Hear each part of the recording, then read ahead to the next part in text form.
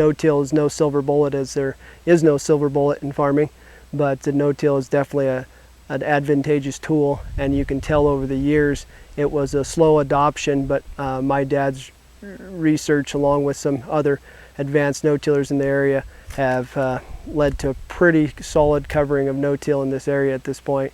There's very little tillage equipment left, both because of a cost factor, but largely because of the consistency of being a crop producer with the no-till system.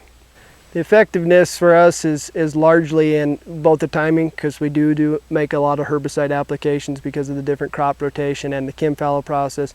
So when you get to the field, you know where the edge is at every time. You're into your zone. This field I'm standing out with millet on this side and corn on this side, this is a perfect number of sprayer passes, which correlates to twice as many passes with the corn planter. The wheat drill's the oddball. It just fits in how it fits in, being a 41.5 foot drill. But it makes the overlap of the corn literally non-existent because it's perfect number of rows for the corn planter.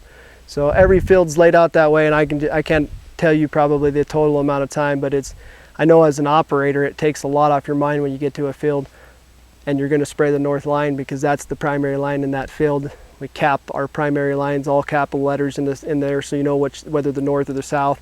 Usually they're the same line for multiple fields, and eventually you hit a county road or a fence line, and at that point that's just the edge of the field that you have to deal with. But then even when we pull in with our combines auto steered, we pull in with 2 to 3 combines to harvest crops, and they all have the same GPS based heading. They can all head down the same side of the field instantly on the same track spacing, and makes the operators look pretty good. It's a differential correction service. We have the RTK through John Deere, so we have a base station about 3 miles from this location, permanently mounted on the farm site.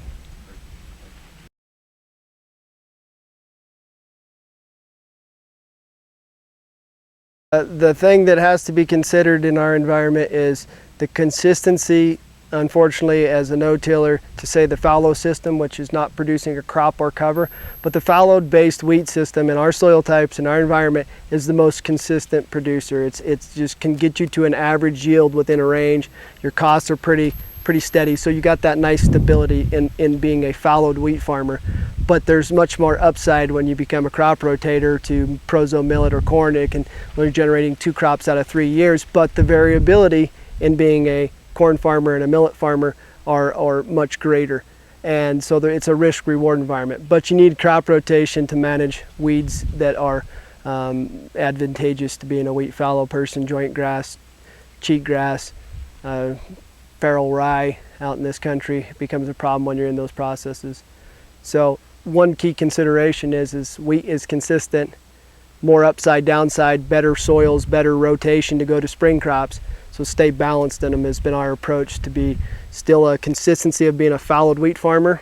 For example, if you go wheat, corn, millet, fallow, you've got 50% of your ground and or 2/3 of your crop production is coming from spring crops, which is your largest risk reward area. So you have to be careful how you balance it. So our system is primarily balanced: a third fallow, a third wheat, and a third spring crop. We usually tend to spill over a little heavier into spring crops, which sucks a little more out of the wheat every now and then, but we'll put millet, as this millet is, back into corn stalks, so it ends up being a 4-year rotation. Mm-hmm.